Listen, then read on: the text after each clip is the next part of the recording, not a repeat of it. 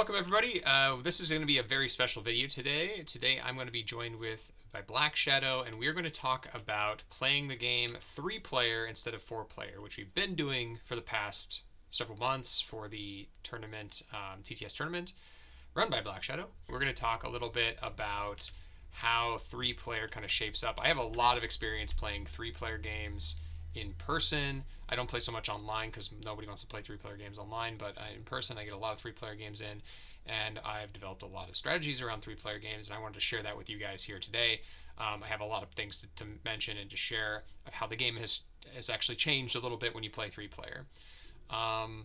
The overall goal of this video really is to just kind of make things a little bit more clear about how this works, because if you go into a 3-player game expecting a 4-player game, you're going to have a couple of troubles. You're going to have some problems, especially if you value things like you do in a 4-player game. But anyway, BlackShadow's with me today, and he's going to be talking about some of these strategies as well. Yeah, I'm just going to be here. No. No, not quite. So I'm not so familiar with 3-player games. A lot of my experience is 4-player. But I figured now, obviously, with the current tournament that's been ongoing, the Imperium Cup, that a lot of you folks have been watching, which we are heavily grateful for you guys watching, supporting. Please do continue to keep sending in all those checks. We thought it would be just a nice idea to kind of give you a bit of an introduction to 3-player games. Because there are a lot of subtle, nuanced differences between 3 and 4-player. Yeah. Not just the fact that there's obviously one less person, but that has a lot of implications for the game here. So this should be of some good introductory value to you folks who may not have ever seen a 3-player game before. Yes, indeed. All right, so the first thing that we know is obviously 3 players, there are fewer players. So generally speaking, we're going to have more access to specific sites on the board. That means that certain characters with space-specific bonuses are going to have an easier time in this game. And what I mean by that is characters like Ilban, who needs to go to green spaces, will get those green spaces, or Mentat when he needs them. He can still get blocked, of course, but he has a better chance of getting there. Romber, who needs to go to Dreadnoughts, will less likely get blocked by other players getting Dreadnoughts. It feels like slightly easier to use his ring as well because there's more spice going around. There are fewer people taking spice, so he's a little bit more flush with resources. Yuna, of course, who benefits from the Solari spaces, wealth, and smuggling. She has a very good time in 3-player games because usually those spaces are open, especially if she's in first or second position. If she's in third position, people could block you, but I don't usually think that's a great idea. Hundro also has a better chance, or a better time in this game. He's very strong in the 4-player, but the shipping track, and I'll come back to this in a little bit, the shipping track is actually stronger in 3-player, which is for better or worse. I think mostly worse, but the big problem is that if Hundro gets shipping and can trigger his ring a couple of times, that could be pretty disastrous for the other players. So there's a lot of things to consider for that. So you sort of feel that those, obviously, the characters that rely on trying to get certain spaces, you know, your Ekazes, your Lidos, are generally just because the fact there's less people on the board, there's less actions that are getting taken, you're more often just going to reach those spaces. It just is law of averages. Yeah, it's just math. Yeah, it's basically that, you know, there are fewer things on the board blocking you. There are the same number of spaces. You know, fewer people will be going to the spice spaces, so spice is going to accumulate. And so there'll be more spice in the game on average. And so those sort of things will need to be taken into consideration. So tech is another thing we'll come back to in a minute, but tech is better because usually you have more spice to spend on tech, and Heighliner is better because you have more spice to spend on Heighliner, those sorts of things. But yeah, one more character I want to mention, Elesa Ekaz, who is generally really difficult to play in a 4-player game because of that round start, setting aside a card and predicting kind of where you're going to go. She has a bit of an easier time in 3-player, and you can get a better use out of her spice accumulation this way, or Solari accumulation. So that's something to consider. I still don't know if she's like great in 3-player, but she's better, much better. I'd say though the main characters that have the biggest help for 3-player games are Tessia Vernius, who's already a very strong leader in 4-player, but the fact is that because she's less blocked on faction spaces, she usually can get 2 alliances over the course of the game instead of just 1. She has an easier time getting into the shipping track, and so because of that, she's a very dangerous leader, especially if she's in first position. And I'll explain why first position is slightly favored in a three-player game, but in a minute. But I'd say other characters like Paul and Ilban, those characters who draw cards, are also slightly better in a three-player game. And the reason for that is because the game has you starting as 0 instead of 1, right? And because of that, you're going to be fighting over, about the same number of points. They're going to go quicker, but the problem is that they don't always do that. And if there's fewer points, you have a much, much better chance of having a Spice Must Flow strategy working out in your favor. And so drawing cards becomes a little bit more valuable. So I'd say generally drawing cards is very valuable anyway, but you can do a little bit more with them. You'll find that you can buy 2, maybe 3 Spice Must Flows. Sometimes 2 is about where you want to be, but it's easier in this kind of play. Characters who didn't really benefit from a 3-player game, or don't seem to, in my view, this is my personal opinion, Leto doesn't really benefit all that much. He benefits from more players being around, so he can trigger his diplomacy ability. And because there are fewer players anyway, there's more chance for you to get Solari, and so his discount isn't that good. It's good, it's fine, it's very good, but it's not as massive as it is in a 4-player game. Beast is just fine. He doesn't really gain anything or lose anything. He's always been very good. His starting resources are probably better than his ring in 3-player, and I'll talk about why in a minute. Ikaz, I don't really know about Ikaz in 3-player. It seems like trashing cards is better when the game goes slightly longer, but I haven't had that experience with him. I find that that tends to open up more spaces for the other 2 players to go to the faction tracks, and then you get behind with Ikaz. Whereas there's more players fighting for them, and so there are fewer chances for one player to really get ahead on a track with Ikaz. Who did I not mention? Memnon's Helena. Yeah, Memnon's still the same. Helena is very, very good in a 3-player game. The reason Helena is good in a 3-player game is the reason she's good in a 4-player game, is she just can't be blocked at the key spaces. One of the reasons that 3-player is a little bit more open and there's more resources, and why all that matters is because Swordmaster, you kind of queue up for Swordmaster. In a 4-player game, sometimes one person will go the entire game without Swordmaster. In a 3-player game, everyone's probably going to get Swordmaster about round 2, 3, and 4. But because you're Helena, you can kind of jump that queue and just go whenever you want, pretty much. So that makes it a little dangerous, and she can get ahead even in any position in this game. So I'd worry about that. A Helena is pretty strong. I mean, Baron Harkonnen's still good. I mean, all these characters really didn't change all that much, but the ones who require specific spaces got a little better. So those are my thoughts on the overall characters. I'd say Gromber's a little bit more viable. That's kind of cool in a 3-player game. He just feels a little more flexible. His dreadnoughts still kind of suck, but the ring ability is better because you have more spice in the game. So yeah, that's my thoughts on the characters overall. I think that there are some changes to the way that you probably should consider picking. Though, I mean, if you're familiar with specific characters like Beast and Harkonnen, you should stick with what you know. Of course, they're still very good. They don't really take a hit at all. And of course, Baron's always good because of intrigue cards. Okay, something I want to say about combats. So combats are slightly different in a 3-player game. Here's this resolving ties thing. I want to mention this.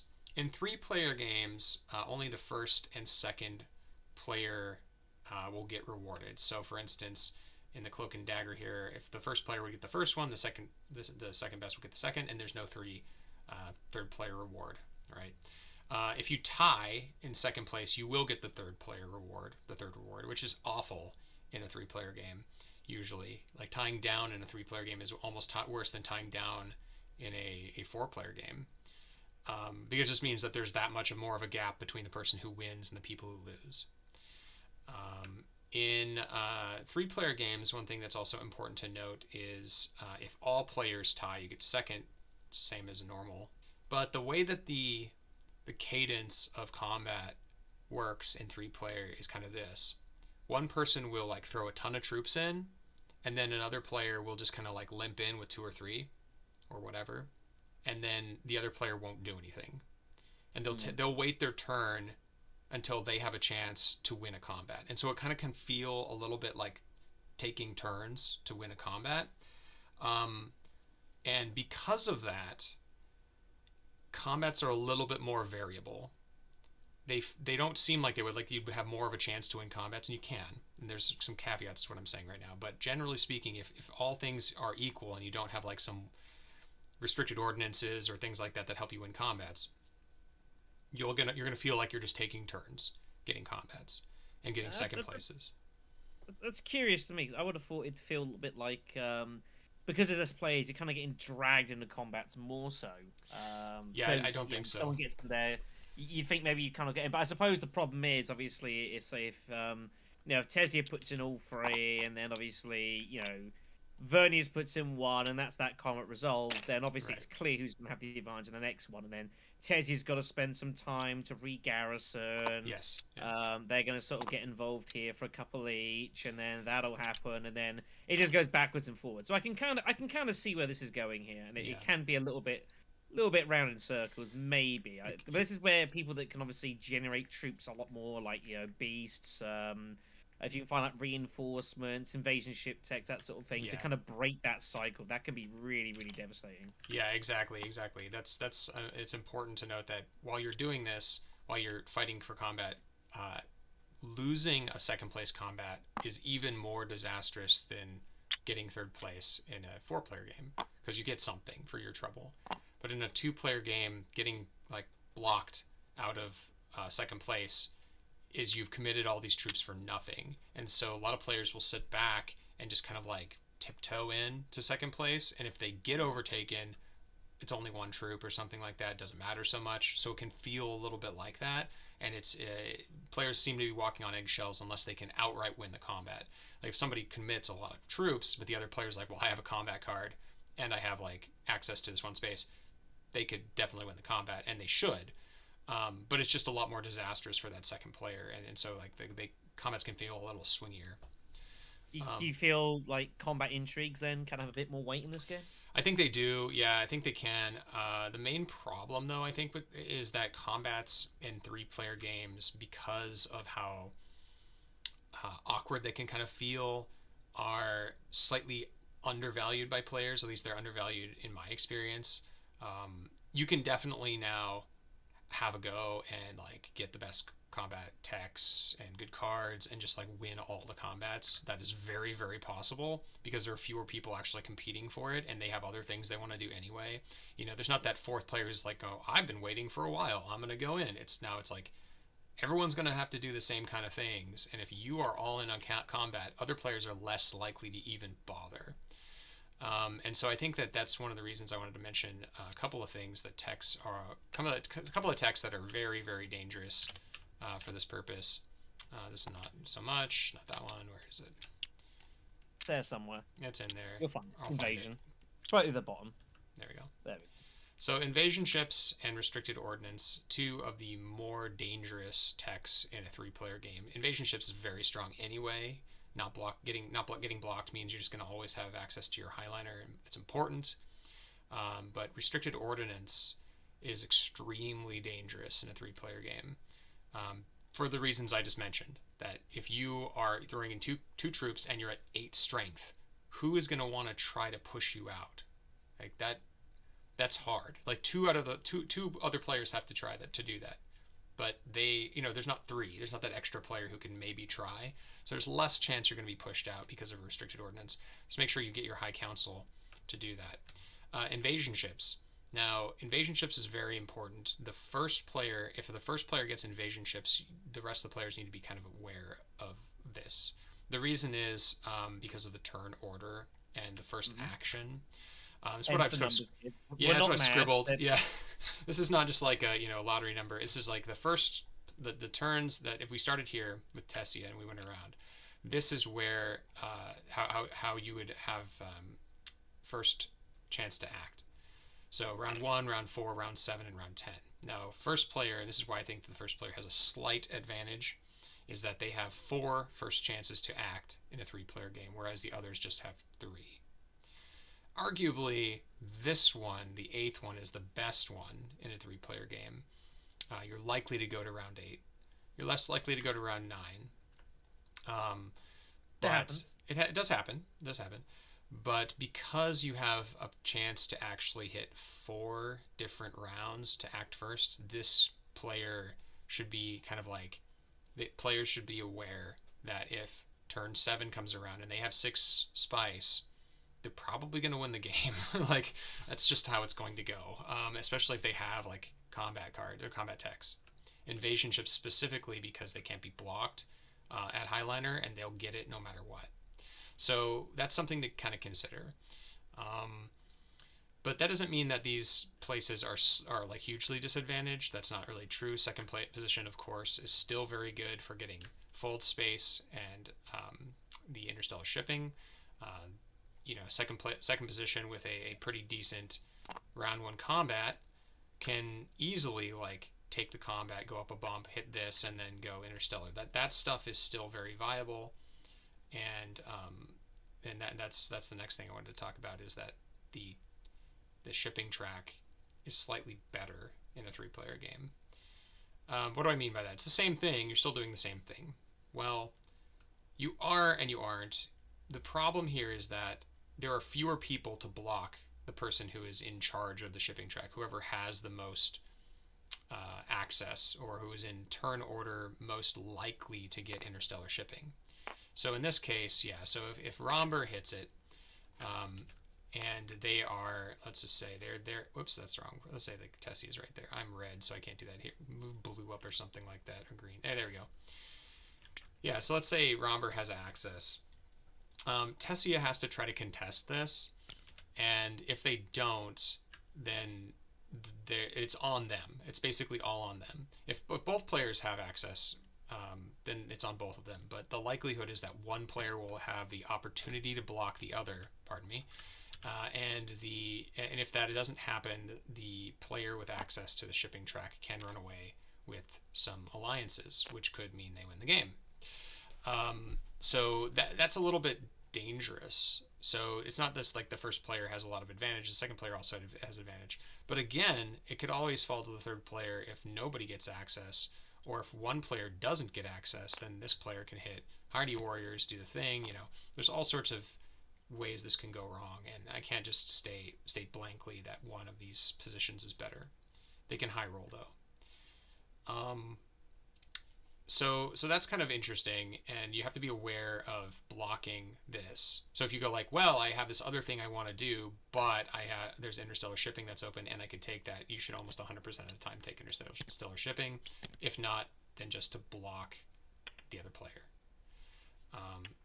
So that's my thoughts on interstellar shipping. It's something that's a little bit swingier in a 3-player game. It also benefits players who race tracks like Tessia, and so if Tessia gets a hold of this track and hits it a couple times, 3 times, then they're probably going to win the game.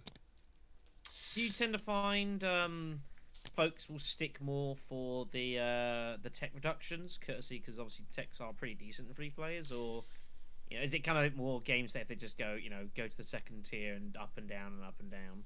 No, it just depends. It's the same as in like a 4-player game. It just depends on what tech's out. Like if they're good to value techs, I'll talk about this thing in a second, but if they're good value techs, then yes, you probably will. I want to say like troop transports is better in a 3-player game because you have better access to the shipping track. So if you end up with troop transports, you're just gonna get it more often. Yeah. That's pretty strong.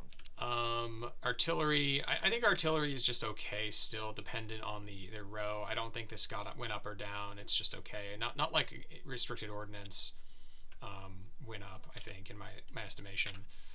Flagship's good still. Wind traps is fine. You might find more value out of this in a 3-player game because you're just more likely to win more combat. That's true. Yeah, I think it has a big upside. The main thing I think is that it doesn't have its novelty of getting you the extra water you need in a pinch in a 4-player game, mainly because like you can get starved out of water and you're like, oh, wind traps comes up, let me grab that, that'll solve my problem, then I can go get some spice. Like you're gonna not have that happen very much. I mean, that it could happen if you're like just not hitting still suits or siege ever, but it's yeah, it is good. It's still good, very good. Spy satellites is a trap in a 3 player game. Um, Mm. the reason is if you decide that you're not going to go to the tracks to get influence, then other players have better access, and they're just going to run away with the game. So the extra points that this offers you for 4 spice seems like a good idea, but on top of that, you also have to be winning combat, and there's more of a chance that somebody going to the like Highliner or Hardy Warriors is going to win combats. There's just less of a chance you're going to get the points you need. So something to, it's different. It plays completely different than in a 4 player game where it can kind of like catch you up. Which is kind of bizarre because you It think is. obviously in a 4 player game, like it's some people view it as almost as one of the greatest techs in the game, and in a 3 player, perhaps it's like almost the opposite of it because yeah, because you obviously you're banning the spaces, and there are obviously lots of good spaces to hit and visit. Yeah. Fremen, Yeah. you know, selective breeding, all this sort of stuff's all pretty good. Yeah. And I guess like in a 3 player game, you're likely going to be able to more or less. Like, I think realistically, most players should secure an alliance, and someone's going to get to. I think that feels like the average. Yeah. For sure. Because anyone you could just decide to kind of bomb any one of the tracks, and no one's going to really want to follow you up on it. Because why would they do that? They can just get their own alliance. Exactly. Exactly. Yeah, that's the one thing. One person's going to get 2 alliances. That's why I was saying like Tessia usually gets 2 when she's playing. Is that it's just by the there are 4 tracks and 3 players. Someone's going to get the fourth one. Um, that's the track that everyone needs to be fighting over. At least one person needs to be challenging the person who could get it. They could lose on just alliances. Okay, I want to move on to the next big thing about 3 player games. Spice must flow strategies are better in a 3 player game. They are marginally better, but they are better than they are in the 4 player game. The game goes slightly longer because you have more ground to make up, and as I was mentioning earlier, because of that, the characters who value drawing cards have more chance to get going and buy spice. And spice must flow usually takes like 3 rounds.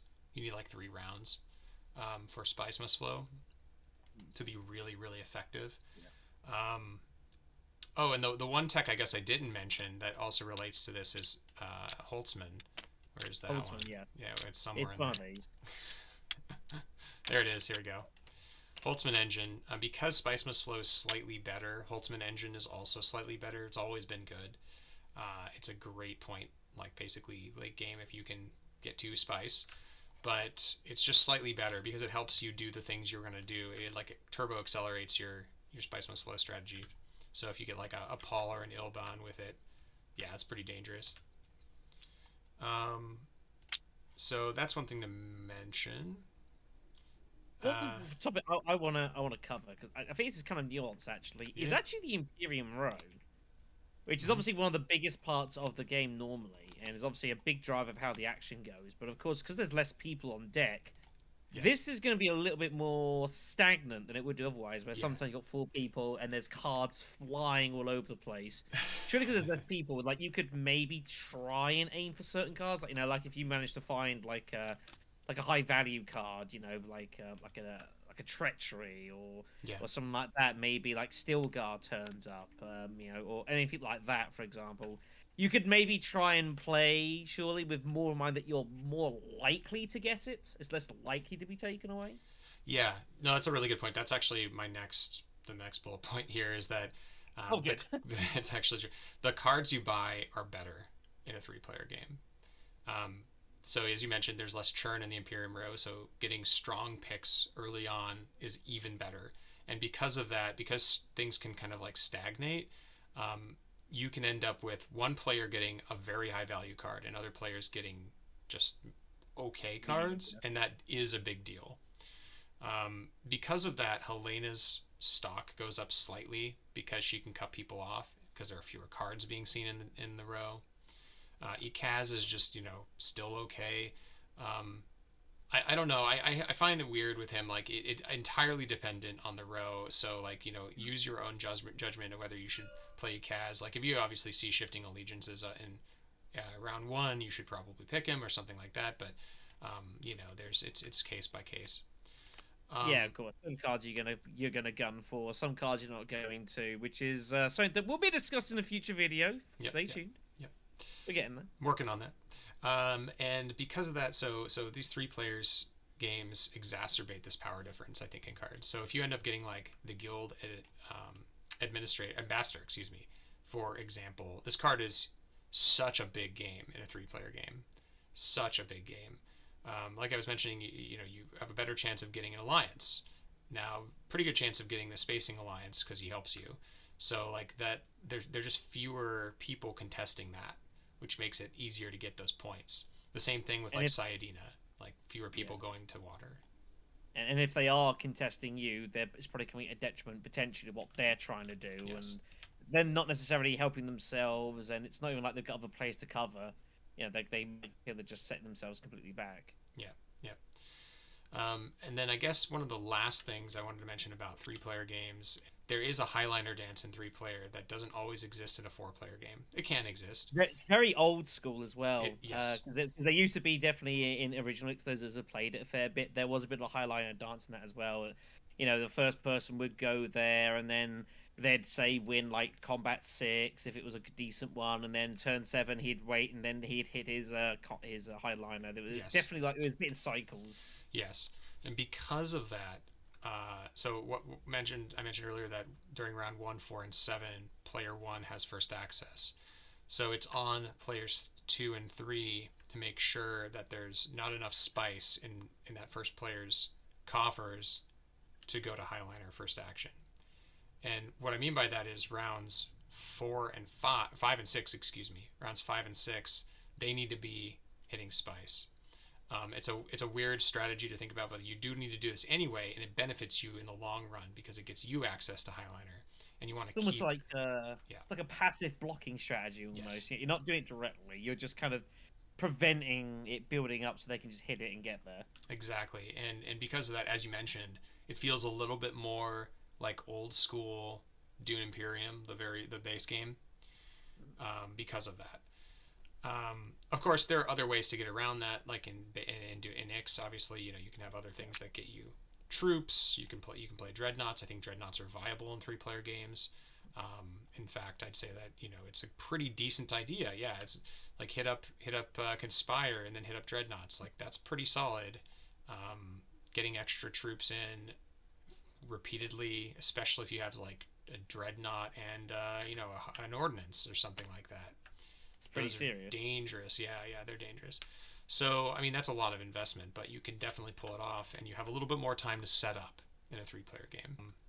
This does touch upon like a couple of things I think are worth it. Obviously, like player dynamics is a little different.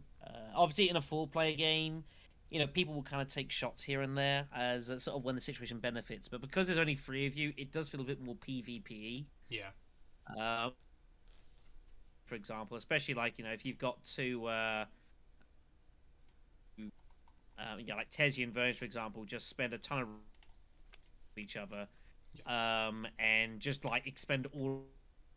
See, Paul here is just gonna be sitting in the next combat thinking, well, this is gonna be a nice easy mop up. Yeah, exactly.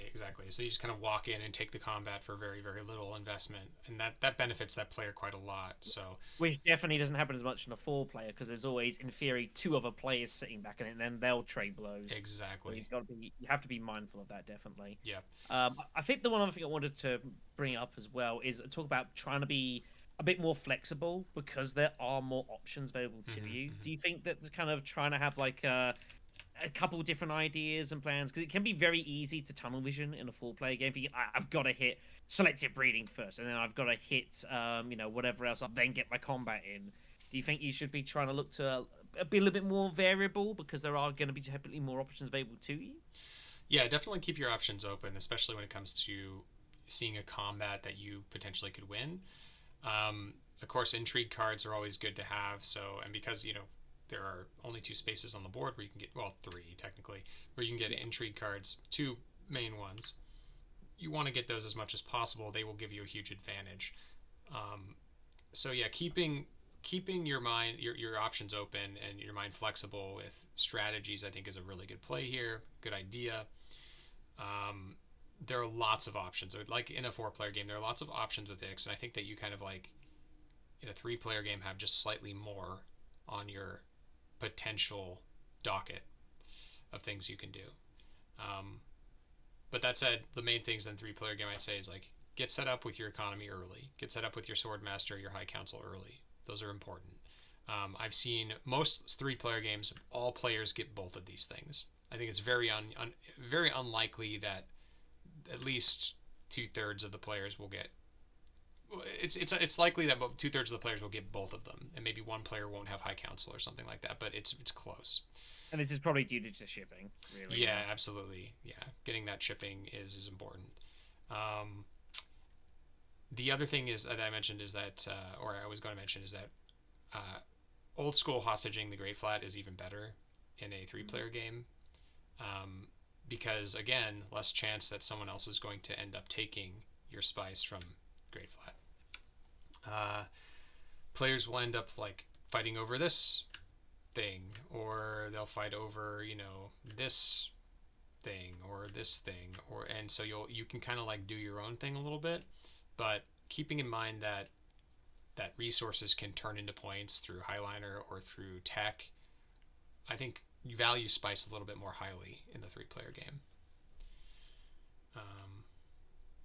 Yeah, I guess that's kind of it. I mean, it's a little weird, but a lot of 3-player games under my belt, and just say like that's something I feel I have a lot of experience,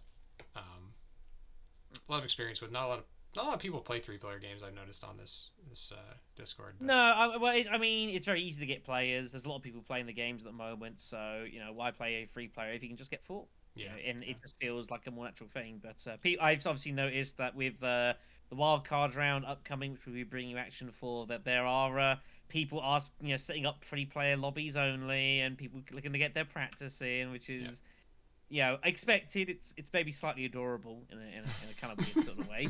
But, you know what I mean? It's cool to see. And that's one of the things with this tournament. I felt that this was a really nice thing to do because no one really ever plays 3-player online. Yeah. So having this as just a 3-player shootout, winner takes all, qualifies quarterfinal round, 3-way dance just seemed a really fantastic way to bring this into a fold for just a bonus round as a second chance. Just have 3 people duke it out, and the best wins and qualifies. Yeah. Well, thanks for watching, everybody. We're looking forward to bringing some more 3-player, and then the quarter, semis, and finals of the TTS 2022 tournament run by our own BlackShadow here. Thank you very much for doing all your work. All right. And yeah, should be a good one upcoming. We'll see you in those videos. Take care. TDFN.